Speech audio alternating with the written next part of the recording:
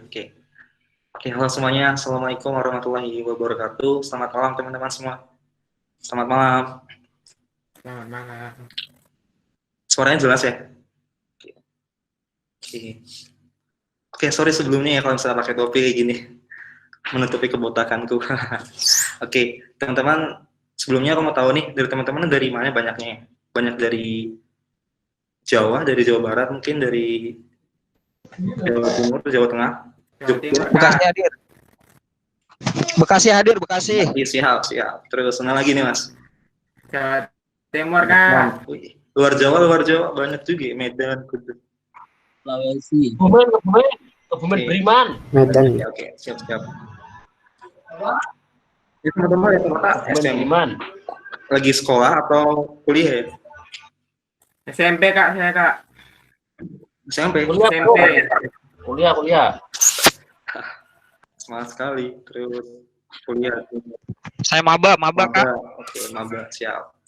Banyak ya, oke. Sip. Oke, aku coba share screen ya langsung ya. Coba ada ya.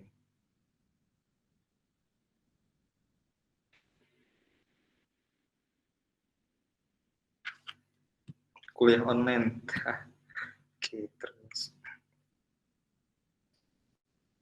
Ada lagi teman-teman? Don Bang. Mantap.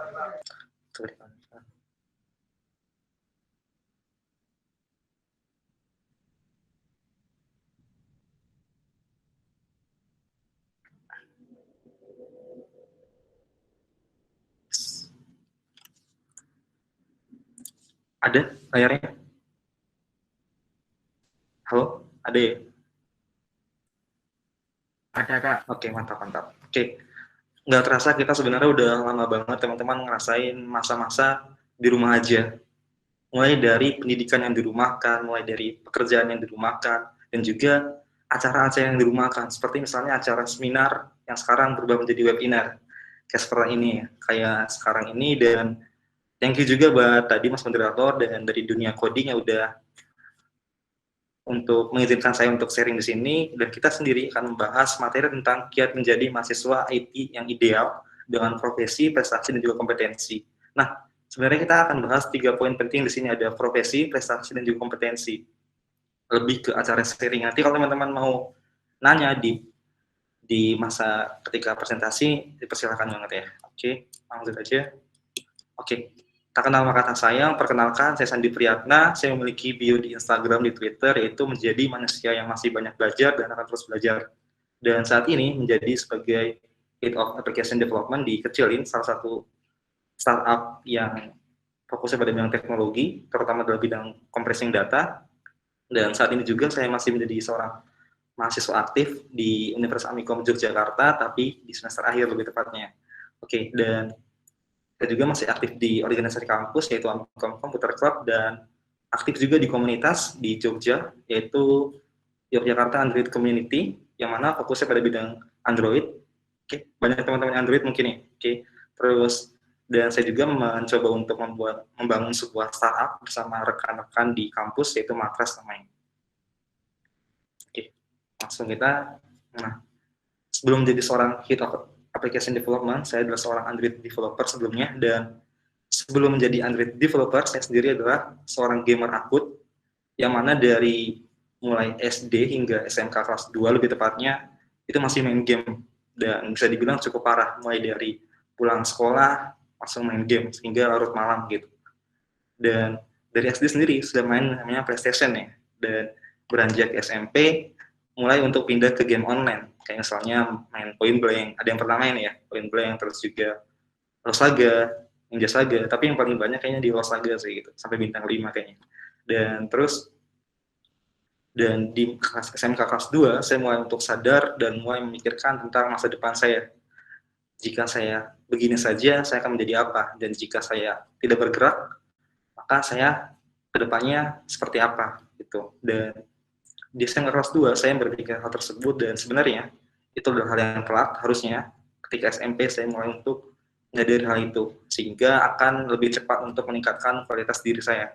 Dan oke, dan di kelas SMK kelas 2 ini kecepatan nggak ya suaranya? Kalau kesulitan bilang aja ya. Oke. Dan di SMK kelas 2, saya mencoba untuk mulai memperdalam ilmu yang ingin saya dalami, yaitu bidang programming. Dan sebenarnya saya sendiri adalah jurusan RPL dari SMK, dan fokusnya pada bidang Android. Dan saat itu sebenarnya banyak sekali teman-teman seumuran yang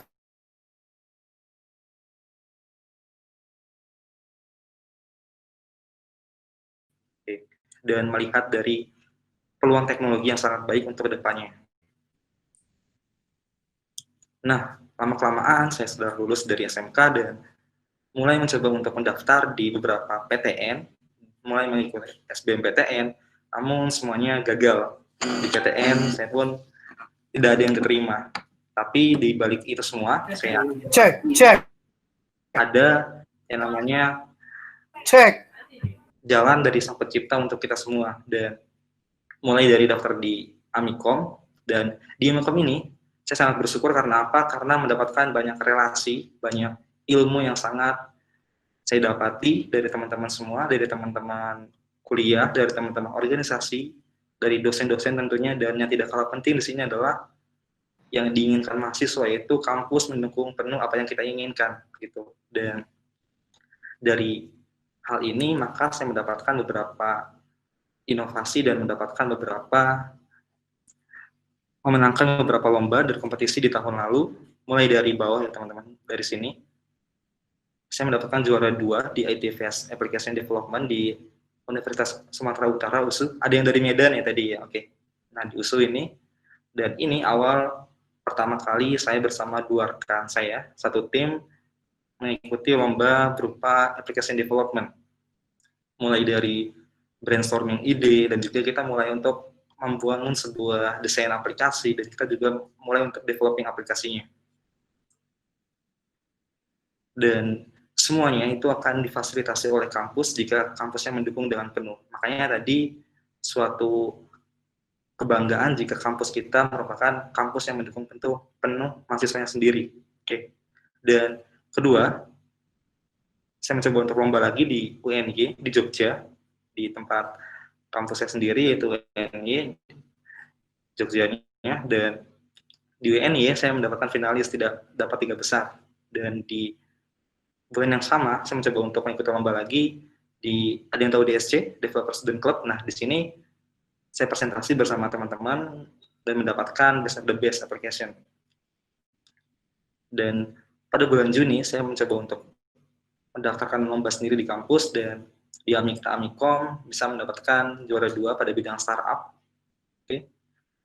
Dan pada bulan Juli juga saya pada mengikuti lomba di Kementerian Pertahanan, agak menyimpang, dan ini di lomba ini banyak sekali produk dari teman-teman yang mana produk ini seperti produk batik, produk busana gitu. Dan di sini saya hanya membawa sebuah produk aplikasi. Ada finalis di Load Hackathon. Di sini pertama kali saya mencoba untuk hackathon. Dan di sini kalau teman-teman perhatiin ya, ada 4 kali finalis. Dan di sini tidak sama sekali mendapatkan juara 3 besar.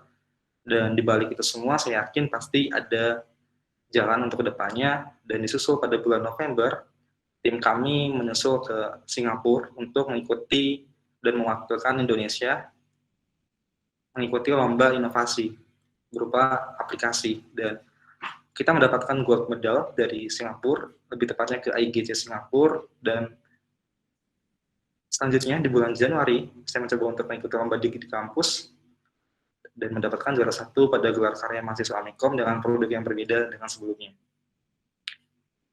Dan terakhir yang saya ikuti adalah gold medal Asian Innovation Award di Malaysia pada bulan Februari 2020. Dan sebenarnya ada special award-nya juga, jadi kita mendapatkan 2 penghargaan.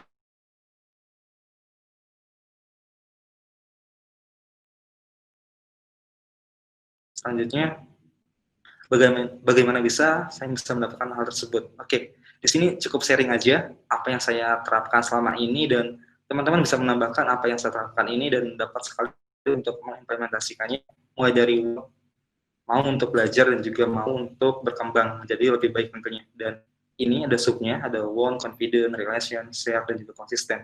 Dan akan kita bahas confident lebih percaya diri, membuka jalan kesuksesan untuk saat ini dan juga untuk kedepannya. Yang ketiga adalah relation, memiliki banyak kenalan yang sama-sama suka dalam bidang yang kita sukai, dan juga itu merupakan suatu keharusan untuk kita.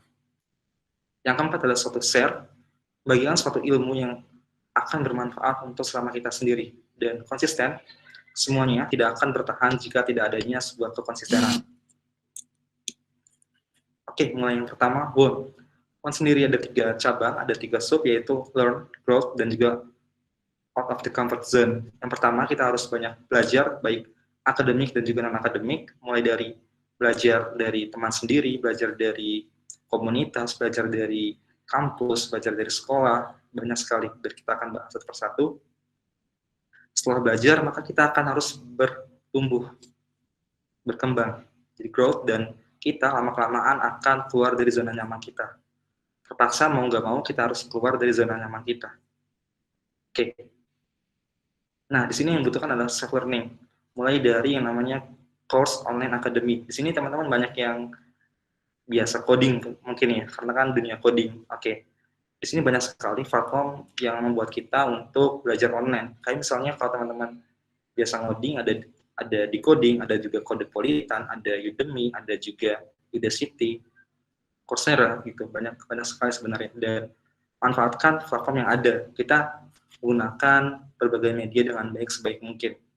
Dan di sini yang saya ikuti mulai dari Decoding, saya udah banyak belajar, ada 25 kelas akademik yang saya pelajari, dan saya mencoba untuk mengikuti beberapa challenge yang ada pada Decoding, dan baru saja menangkan 1 untuk event. Ini penting juga event, dan saya menghadiri 16 event. Dan teman-teman manfaatkan suatu beasiswa yang ada beberapa platform kayak Decoding yang sering banget nih. Nah, Decoding sini biasanya sering bagi beasiswa buat mahasiswa, buat siswa gitu. Di sini saya juga mendapatkan pada tahun 2018 saya menjadi mahasiswa peraih beasiswa Google 2018. Itu beasiswanya menjadi Android Developer Expert waktu itu. Dan tadi adalah course online academy, yang kedua adalah belajar dari teman. Iya, di sini sangat penting perannya, mulai dari teman di kampus, teman di organisasi, teman di komunitas. Pelajari apa yang ada di sini. Gambar sini adalah saya belajar bersama teman saya mulai untuk brainstorming, dan saya juga belajar untuk public speaking. Yang ketiga adalah find your mentor. Iya, jadi teman-teman harus mencari mentor. Jadi tidak harus belajar sendiri terus. Kalau misalnya teman-teman masih bingung, nggak punya mentor, teman-teman gampang banget caranya join komunitas. Ya, banyak sekali komunitas yang ada pada bidangnya. Kayak misalnya di Android, ada Android Developer. Di sini di Jogja ada IAC, ada juga di Bandung, Android Developer Bandung juga. Misalnya teman-teman di web juga banyak gitu bidangnya. Oke, nah di sini tidak aja hanya skill akademi, tapi juga kita membutuhkan beberapa skill, kayak misalnya skill komunikasi, skill juga untuk public speaking, dan juga skill bahasa asing. Komunikasi di sini adalah perannya untuk kita dapat bersosialisasi antara kita, manusia yang harus saling bertergantungan juga sama orang lain-lainnya. Dan di sini public speaking penting juga perannya untuk kita menyampaikan apa yang kita ingin sampaikan. Jika kita memiliki suatu inovasi, maka kita harus menyampaikannya kepada orang sekitar kita juga. Dan tentunya inovasi tersebut harus diimplementasi.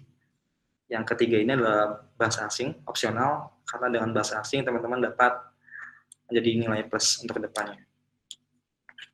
Nah, yang kedua di sini adalah confident. Confident adalah menjadi pribadi yang lebih baik dengan percaya diri dan juga tidak lupa untuk tetap rendah hati.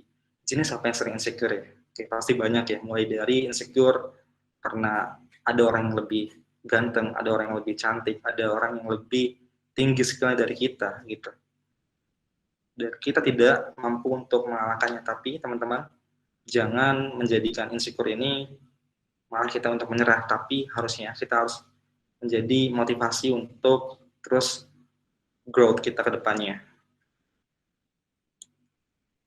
Nah, di sini kita bahas lagi, sebenarnya dari rasa percaya diri ini akan membantu kita mengambil setiap peluang yang ada dan kesuksesan yang ada pada saat ini dan pada kedepannya. Contohnya, kalau misalnya teman-teman ada yang namanya web developer ataupun Android developer. Nah, biasanya ada proyekan ya. Kalau teman-teman nggak percaya diri, teman-teman nggak akan belajar gitu.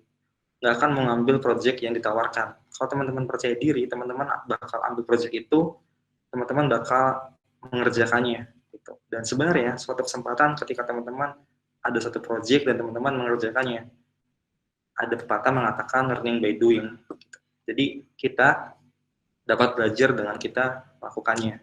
Apalagi sangat mudah, apalagi kita belajar dan juga dibayar. Gitu. Di sini ada beberapa proyek saya yang saya kerjakan ketika saya freelance dan juga saya mulai bekerja. Ada kecilin app yang saat ini saya kerjakan dan juga saya membangun sebuah aplikasi untuk di kampus, lebih tepatnya aplikasi untuk aspek mahasiswa dan juga ini matras, startup yang saya kembangkan bersama teman-teman, dan juga ini adalah aplikasi yang saya kirim ke teman-teman SMK saya, yaitu Exam Browser, aplikasi untuk ujian online. Dan di sini, ketika kita percaya diri, kita dapat menyampaikan apa yang kita ingin sampaikan. Dan pada gambar terakhir di sini, saya mencoba untuk pitching ke di Gemastik, lebih tepatnya di Bandung, untuk menyampaikan produk yang saya miliki. Oke, selanjutnya adalah relation. Di sini sangat penting sekali perannya memiliki sebuah relasi. Yang pertama dari organisasi.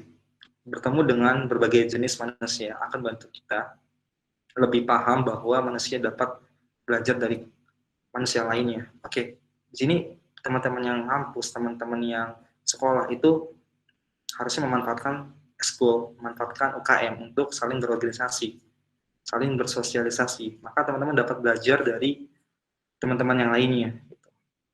Kita dapat sharing, kita dapat juga saling bercerita. Yang kedua adalah komunitas. Nah, ini kalau teman-teman terutama dalam bidang IT, dalam bidang teknologi, banyak sekali komunitas yang ada. Kalau misalnya teman-teman cari di Telegram itu banyak sekali. Ada yang mulai dari web, mulai dari Android, mulai dari machine learning, banyak sekali sebenarnya. Dan bergabung dengan komunitas akan membuat kita banyak belajar dalam bidang yang akan kita pelajari. Dan teman-teman juga bakal mendapatkan suatu mentor di komunitas ini. Dan yang ketiga di sini adalah event. Kita dapat belajar dan juga berkembang dengan mengikuti acara yang satu bidang dengan apa yang kita sukai. Berkenalan dengan orang yang baru. Di event ini biasanya kita dapat kenalan sama orang asing dan kita juga saling bercerita tentang apa yang kita ingin perdalami.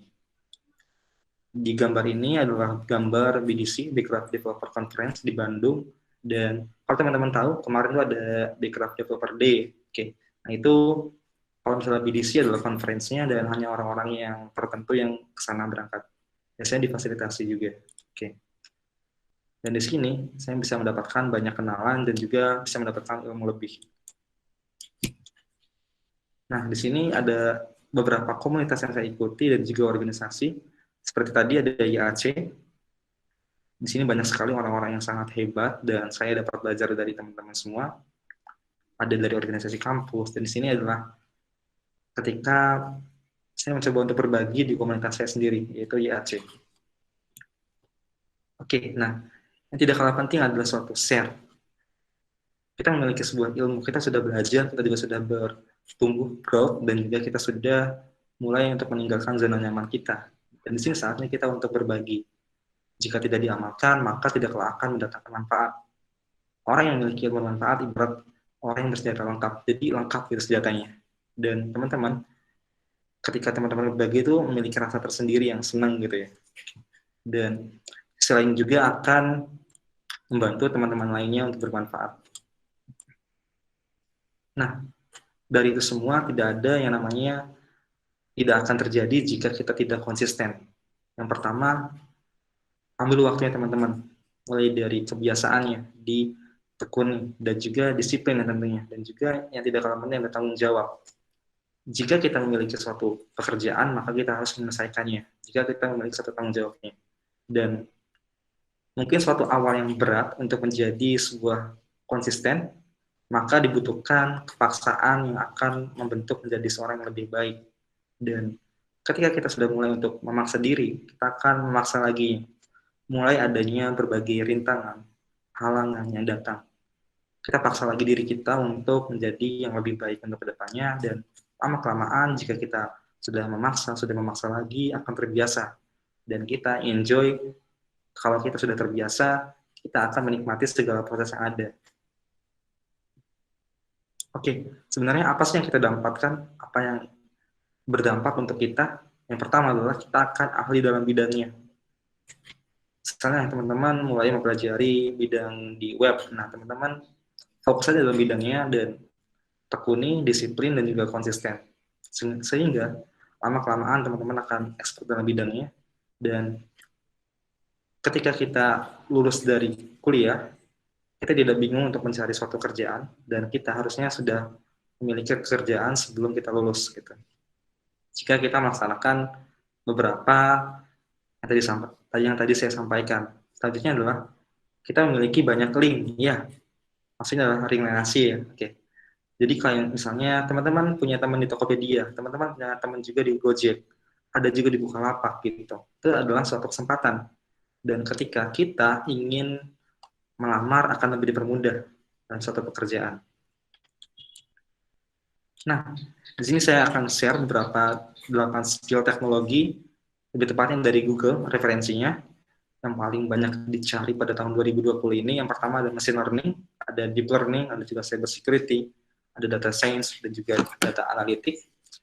Selanjutnya data cloud computing, dan juga blockchain mobile development. Nah, teknologi adalah sebuah tool. Kita harus memanfaatkan segala platform yang ada, mulai dari kita belajar online, kita juga belajar dari mentor kita, dari komunitas, dari organisasi juga, dan kita cukup menguasai satu bidang saja dengan dalam tapinya.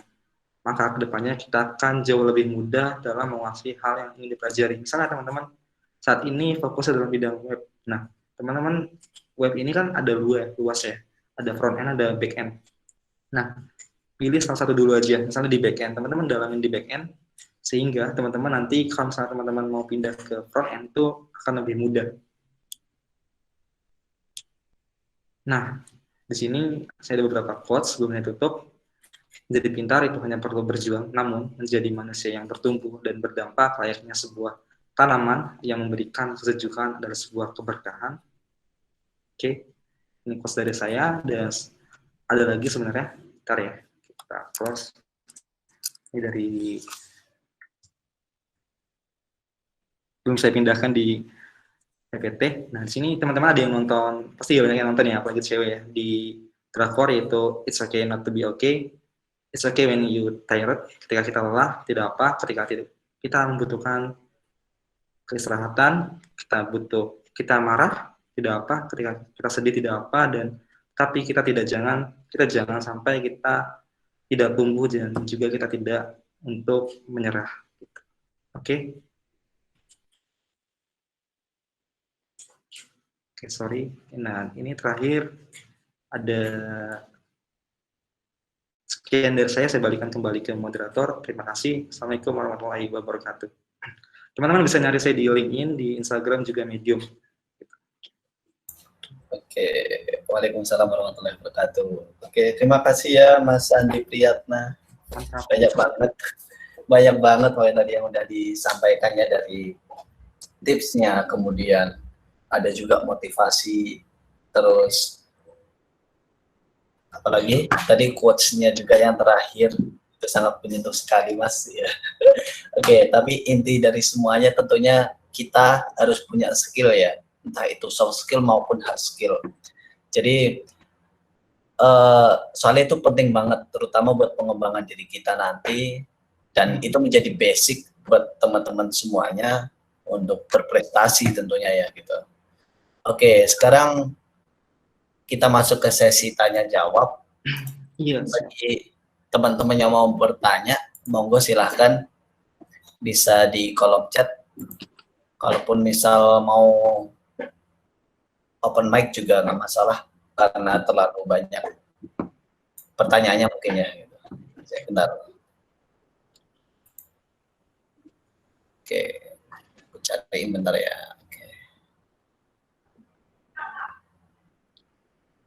Oke, ini ada pertanyaan nih Mas, dari Mas Ayon Dirama. Kayaknya ini nggak asing ya, kayaknya dari webinar pertama pun nanya terus nih Mas Ayon, mantap. Oke, gimana sih Kak cara supaya memiliki semangat untuk menjadi developer? Dia ini SMP Mas, kalau Gila SMP deh. Mantap. Oke, monggo Mas. SMP. Oke. Nah, ini dari siapa? Dia Yundi Rama ya. Nah, apa yang diperdalami dalam bidang programming? Tujuannya itu sebenarnya yang pertama harus memiliki tujuan. Kayak misalnya saya ingin menjadi seorang kaya seperti Bill Gates di Indonesia gitu kan. Itu kan tujuan kan ya. Nah, terus misalnya di bidang developer. Nah, pilih dulu apa yang dipelajari. Bidangnya programming itu sangat luas. Ada juga bidang web, ada bidang mobile, ada bidang machine learning. Nah, pilih salah satu bidang aja, perdalam mulai dari SMP ini, dan insya Allah buat kedepannya itu bakal sangat bermanfaat. Dan sebenarnya teknologi ini bakal pesat pertumbuhannya. Jika kita ikuti dari sekarang, maka nanti ketika SMK ataupun kuliah nanti akan expert dalam bidangnya. Apalagi mulai dari SMP kayak gini. Jadi semangat belajarnya jangan kendor, terus motivasinya dibanyakin, jangan pantang menyerah buat dari kegagalan gitu. Semangat, mantap. Oke, sepertinya udah terjawab ya. Oke, selanjutnya ini ada pertanyaan lagi nih Mas, dari Muhammad Rifki. Bang, gua mau nanya nih, gua kebetulan kuliah jurusan teknik informatika semester 3 bulan depan. Tapi gue masih ada keraguan Bang, apa pilihan yang gue pilihin ini benar atau gimana cara meyakinkan bahwa pilihan itu benar. Ini kayaknya kaum-kaum yang merasa salah jurusan Mas, mungkin bisa ditanggapi. Oke, ini sebelumnya jurusan apa ya Mas? Dari SMK ya? Atau SMA nih? Ini teknik informatika semester 3 ini Mas. Semester 3, oh semester 3, oke. Bentar. Keraguan dong apa? Pertama gini, mulai dari ini Mas ya, mulai dari yakini apa yang kita perdalami itu yakin. Kayak misalnya, Masnya mencoba untuk memperdalami bidang programming misalnya. Nah, Mas itu enjoy enggak dalam menjalankannya gitu. Kalau misalnya Masnya berasa biasa aja, tapi di peluangnya itu sangat bagus ya, misalnya di bidang programming sangat bagus, kalau Masnya mau ahli dalam bidangnya, dipaksain aja gitu, nanti kelamaan bakal terbiasa. Saya punya teman di UGM, dia cewek, dan dia juga sebelumnya anak SMA, dan ketika masuk di UGM itu bidang informatika, yang mana lumayan menyimpang juga ya, dan dia sukanya desain. Ketika di perkuliahan banyaknya dunia coding, dan di UGM sendiri dia belajar untuk otodidak memperdalam dunia desainnya karena dia suka ke desain gitu kan. Dan sekarang dia sudah bekerja di Investri sebagai UI UX karena dia memperdalam dalam bidang desainnya. Dan pesannya sebenarnya adalah perdalam apa yang kita sukai, dan kedepannya kita akan lebih enjoy, kita akan lebih menikmati, dan kita akan mendapatkan suatu hasilnya gitu. Sebenarnya kuncinya adalah sukai apa yang kita sukai gitu, yang kita inginkan gitu. Mulai dari misalnya, kalau misalnya masih bingung, mulai bikin konsep yang namanya, kalau di Jepang itu ikigai, coba aja ikigai namanya, dibaca-baca dulu aja di internet gitu.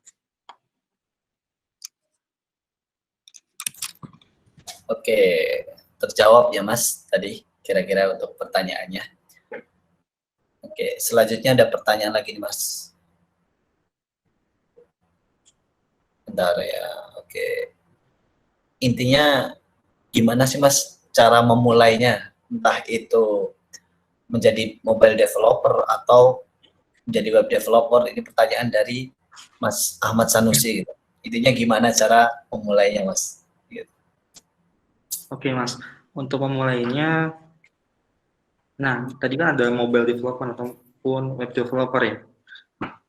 Masnya lebih enjoy kemana, dan Masnya lebih cari mana yang Masnya lebih sukai, dan coba untuk dalami ini, dan gabung pada komunitas, terutama komunitas yang ingin kita dapatkan ilmunya. Dan sebenarnya banyak sekali ilmu di komunitas itu yang akan kita dapatkan, dan pasti di awal itu sangat berat rasanya, apalagi dalam bidang belajar ya, pasti sangat berat. Tapi kalau misalnya teman-teman fokus, enjoy, teman-teman bakal merasakan dampaknya, apalagi ke depannya.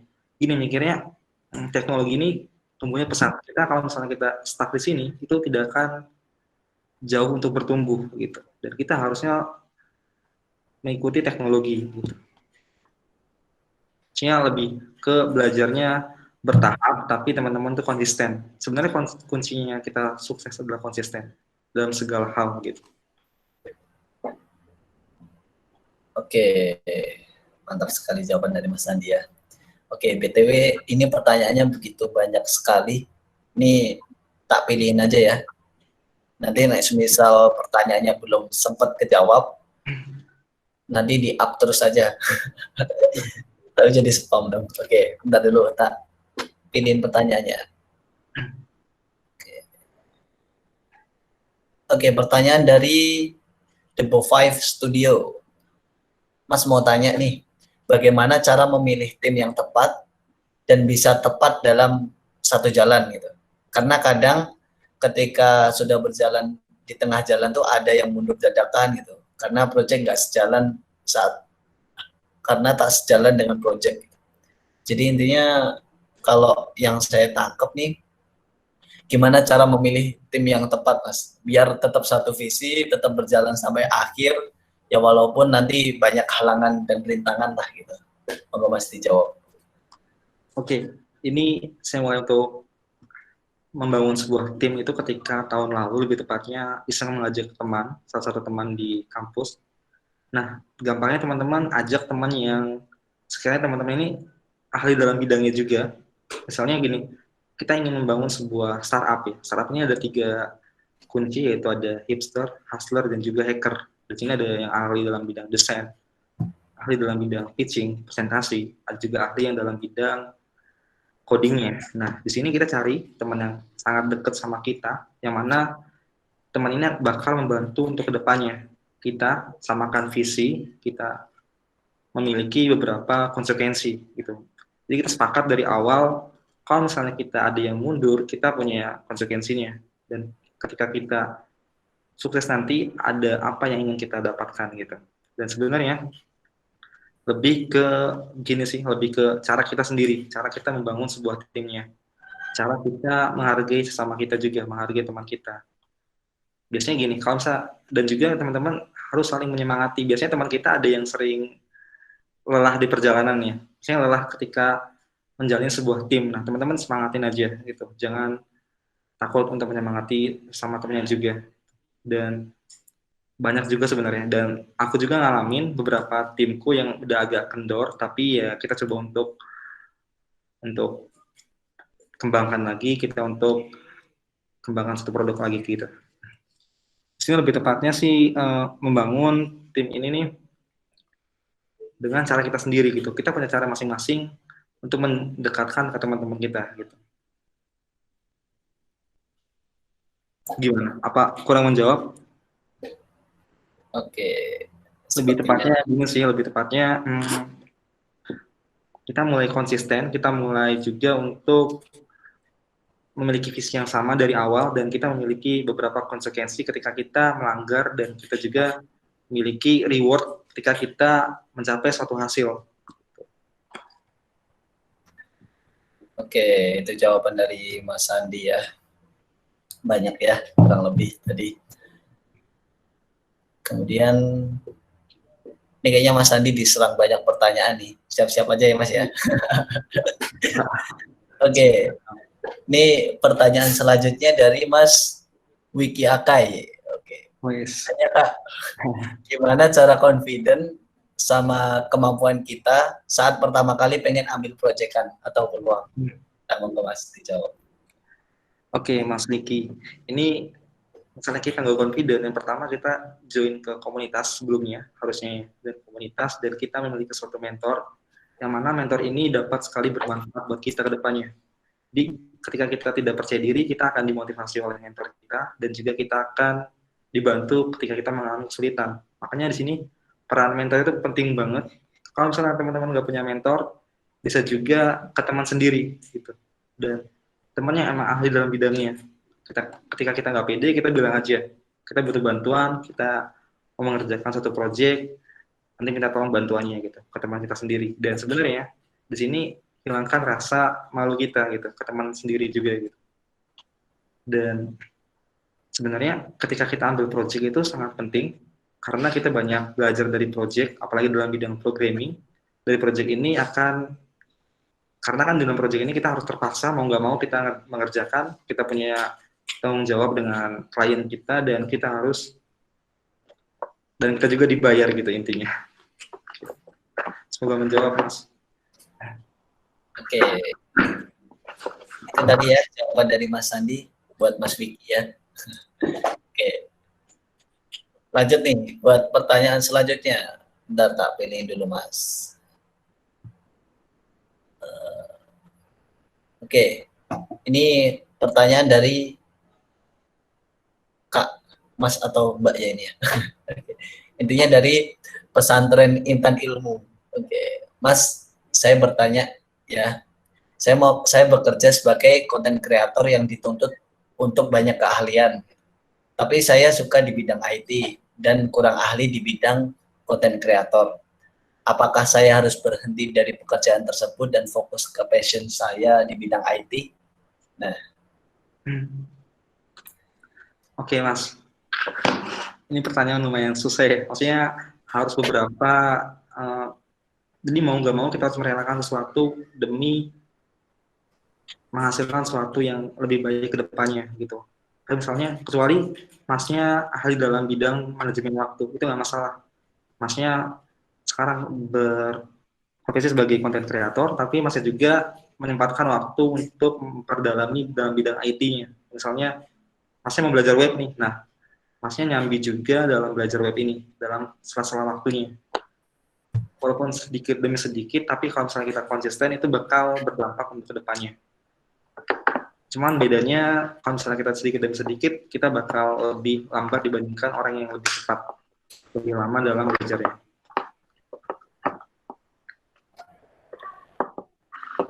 Oke, gitu Mas. Siap. Mungkin kejawab ya Mas tadi buat itu. Kalau nggak jawab, kalau teman-teman merasa kurang jawabannya, nanti bisa langsung ini ya, langsung di sini chat juga ataupun bisa PC aku. Kayaknya aku ada di grup kan ya? Iya. Ya kurang lebihnya nanti karena tadi juga udah tahu ya sosmednya Mas Sandi Priyatna, terus kontak personnya dari Mas Sandi Priyatna. Nah nanti kurang lebih bisa tuh buat sharing-sharing lebih ya. Malah bisa dijadiin mentor kayaknya. Oke. Lanjut lagi nih buat pertanyaan. Ini nggak apa-apa ya Mas ya, banyak banget nih pertanyaannya. Santai. Santai Mas. Oke. Dari Kak Elbrian Ernest. Jadi izin nanya Mas, gimana caranya bikin mood stabil untuk terus konsisten belajar gitu? Karena menurut saya memulai itu mudah, tapi mempertahankan yang sangat sulit. Sama satu lagi Mas, gimana cara ngatasin rasa kalut bingung pas saat proyekan kita udah mentok ngerjainnya dan udah nggak mampu lagi buat beresin proyeknya. Nah itu ada 2 pertanyaan nih Mas. Oke, bentar. Oke, yang pertama mulai dari konsisten untuk belajar ya. Di sini sebenarnya emang cara paling sulit itu cara kita untuk konsisten. Sebenarnya kuncinya kan dari awal tadi kita harus konsisten untuk mengerjakan apa yang kita lakukan, mulai dari belajar, mulai dari bertumbuh, dan juga mulai dari meninggalkan zona nyaman kita. Dan di sini cara yang terbaik adalah kita untuk membiasakan habits kita, kebiasaan kita. Misalnya gini, Masnya mulai dari bangun tidur, mulai bikin sebuah to-do list. Itu adalah sebuah kebiasaan yang sangat simpel, tapi kita mampu tidak untuk melakukan setiap hari. Kayaknya nggak mungkin juga ya, kecuali emang teman-teman melatih setiap hari. Gitu. Terus, sebenarnya cara terbaik untuk melatih konsisten adalah dengan kita membiasakan diri. Dan cara terbaiknya yang penting adalah kita tidak menyerah. Dan kita harus punya motivasi kita untuk mencapai apa yang kita inginkan. Sehingga ketika kita melemah, kita harus memiliki sebuah motivasi itu, mengingatkan sebuah motivasi itu. Jadi, ketika teman-teman merasa lelah, ketika teman-teman merasa capek, teman-teman mengingat apa yang memotivasi teman-teman dari bawah gitu. Jadi, teman-teman bakal merasakan teman-teman harus konsisten dalam hal ini gitu. Karena teman-teman ingin mencapai tujuannya. Dan kalau misalnya kita drop, kita melemah, kita give up, kita menyerah, itu akan sangat disayangkan. Kita udah konsisten sampai saat ini, tapi teman-teman malah menyerah gitu kan, sangat sayang banget. Dan selanjutnya apa pertanyaannya? Yang kedua itu bingung ketika proyekannya mentok gitu Mas. Oke, ketika bingung proyekannya mentok. Sebenarnya balik lagi sih, ini ke masalah organisasi, ke komunitas. Makanya di sini yang paling penting juga, tidak kalah penting itu sebuah relasi dari sebuah organisasi, dari sebuah komunitas. Teman-teman dapat mentor, teman-teman dapat punya banyak teman, sehingga ketika teman-teman mentok juga teman-teman dapat menanyakan ke teman-teman yang lainnya. Sebenarnya nggak harus kita nggak harus ketemu langsung, banyak banget sekarang komunitas online di Telegram. Nanti saya bisa share beberapa komunitasnya. Ada banyak banget, mulai dari komunitas di bidang web, bidang Android. Nah, biasanya itu banyak banget yang mereka membantu, dan ketika teman-teman merasa kesulitan, itu mereka sangat mengapresiasi, maksudnya memberikan sebuah jawaban, memberikan sebuah jawaban. Dan jangan takut untuk menanya, dan ketika kita menjadi seorang pemula, jangan takut untuk banyak bertanya. Tapi nanya jangan terlalu ini juga ya, jangan terlalu belak-belakan, kita harus tetap lebih sopan juga gitu. Ada beberapa peraturan dalam komunitasnya juga yang ada. Nanti saya share beberapa komunitasnya, teman-teman bisa join ke komunitasnya. Coba carikan dulu. Lebih tepatnya ke ini sih Mas, lebih ke relasi gitu. Jadi itu bakal membantu banget buat kita ke depannya. Kalau misalnya kita mentok dalam proyekan, itu banyak yang bakal membantu kita. Dan kalau misalnya teman-teman memiliki sebuah tim, itu sangat penting juga perannya. Gimana Mas? Mas apa tadi Mas Albran ya? Oke, bentar cari dulu ini ya, linknya. Oke, ini sambil nunggu Mas Andi juga ya nyari linknya ya. Oke, info juga buat teman-teman. Ini sesi tanya jawabnya nanti sampai jam 21:15 ya. Jadi monggo aja nanti nek semisal pertanyaannya belum kejawab langsung di up aja, atau pertanyaan yang udah dijawab cuman belum puas pengen nanya lagi ya monggo nanti. Iya, tadi ada sosmedku juga ya Mas ya. Oke, nanti teman-teman bisa hubungi juga. Kalau misalnya di sini kurang puas, nanti akan saya bantu di lewat chat mungkin ya gitu. Di beberapa sosial media saya. Oke. Mas Andi pun juga open banget ya teman-teman. Oh iya, tadi ada yang nanya lagi nih Mas. Oke.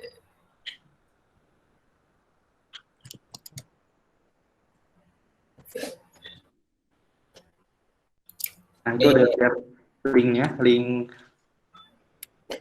beberapa grup Telegram yang sangat banyak di situ. Ada mulai dari teman-teman yang fokus di bidang Kotlin, misalnya di bidang Android, itu banyak banget. Ada beberapa komunitas di tiap kotanya juga, seperti kota kelahiran saya sendiri itu Cirebon, Jogja banyak, terus juga banyak sebenarnya, Jakarta, Bandung. Kalau misalnya teman-teman ngerasa di komunitasnya sekarang, di kota sekarang itu nggak ada, kosong, teman-teman bisa gabung komunitas yang lain, di Jakarta ataupun di Bandung, Jogja, gitu, yang ada. Dan teman-teman banyak belajar aja di sana. Dan ketika teman-teman sudah mendapatkan banyak ilmu, teman-teman membangun sebuah komunitas di kota teman-teman, bersama teman-teman yang lainnya. Oke. Udah ya, mungkin bisa lanjut ke pertanyaan selanjutnya. Ya Mas ya. Oke, Oke, pertanyaan dari Mas Aldriansah. Dan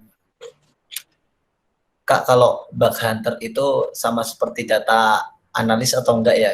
Dan bagaimana sistem kerjanya? Terima kasih. Oke. Mungkin gimana kalau buat ini Mas? Oh iya. Lebih ke bounty hunter atau bug hunter yang sebenarnya.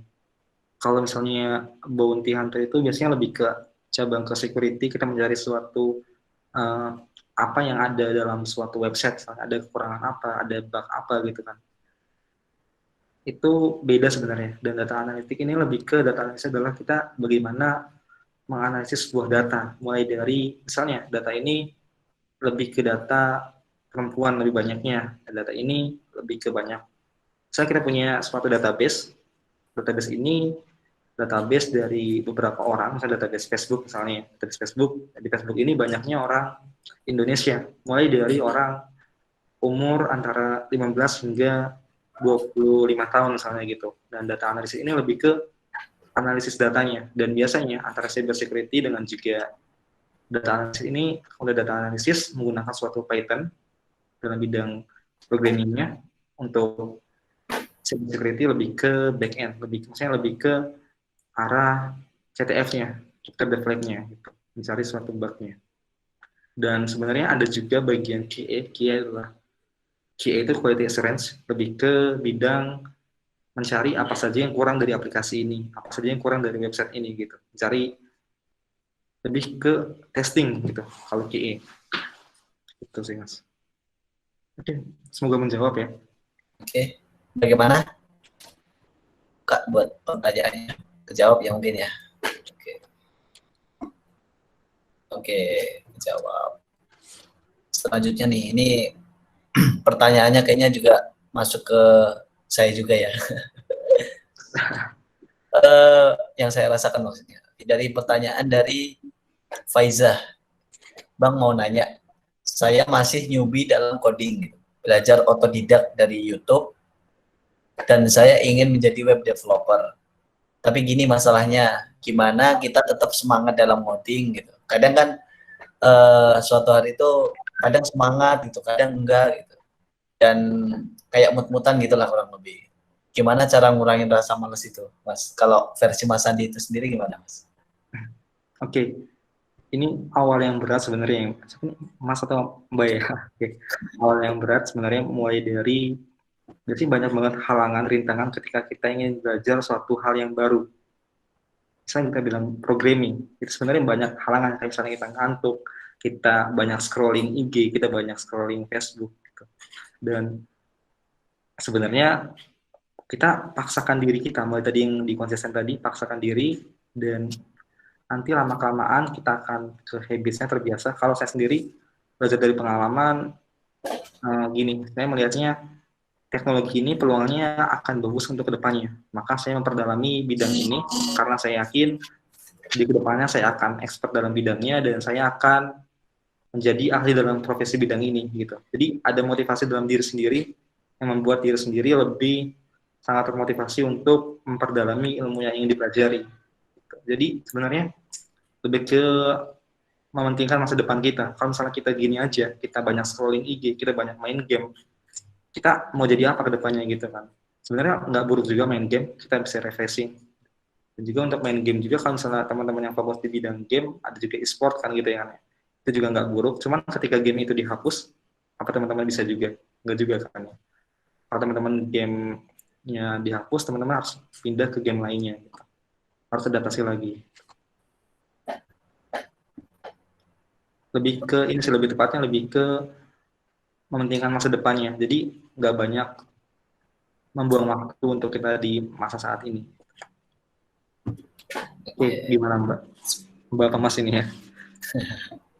Oke, jadi intinya apa namanya? Jawaban dari Mas Andi itu gimana cara kita buat tetap mikir ke depan lah gitu.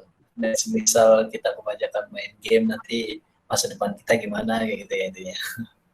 Ya lebih ke kalau misalnya kita mager, kita mau jadi apa gitu kan. Nah, bener banget tuh. Oke. Bentar Mas, tak cariin pertanyaan lagi nih. Ini soalnya banyak banget nih. Yes. Oke.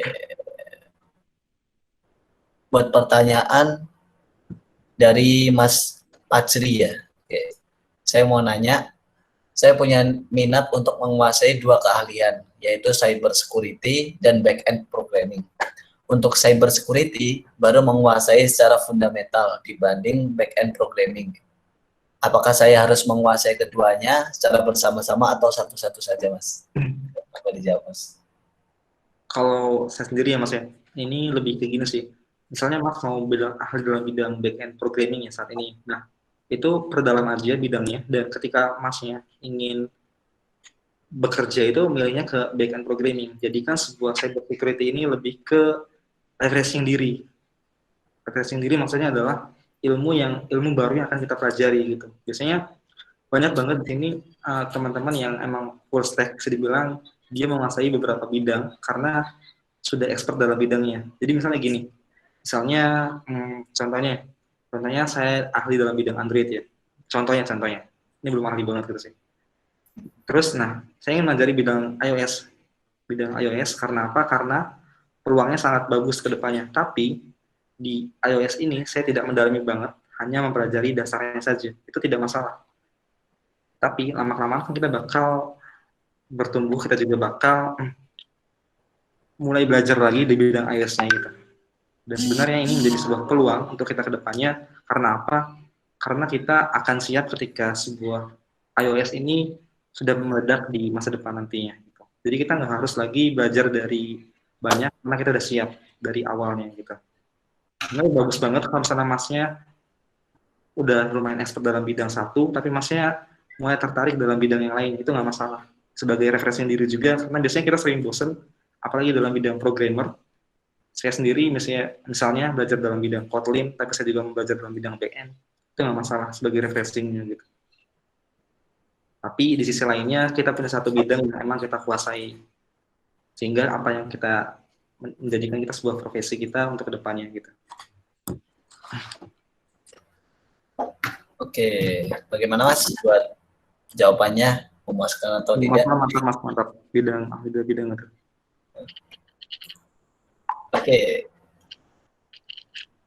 Oke, mungkin ini karena waktunya juga sudah jam 21:16. Ini sih, mungkin sesi pertanyaannya bisa ditutup ya teman-teman. Mungkin itu saja dari saya. Sekaligus ini bisa menjadi penutup bagi acara pada malam hari ini. Sekali lagi saya ucapkan terima kasih kepada teman-teman semuanya yang telah berantusias dalam mengikuti webinar series pada malam hari ini. Dan juga terima kasih buat Mas Andi Priyatna sudah bersedia menjadi pemateri kita malam hari ini. Dan tentunya banyak banget hal yang sudah di-sharing dari Mas Sadi tadi ya gitu. Dan tak lupa juga terima kasih kepada pihak Citra Host yang telah memberikan dukungan penuh kepada kita, yaitu dalam menyelenggarakan webinar series yang keempat ini gitu. Dan mungkin terakhir dari saya yang mewakili dari pihak dunia coding, saya ucapkan terima kasih sebesar-besarnya, dan berarti saya sudah habis ya.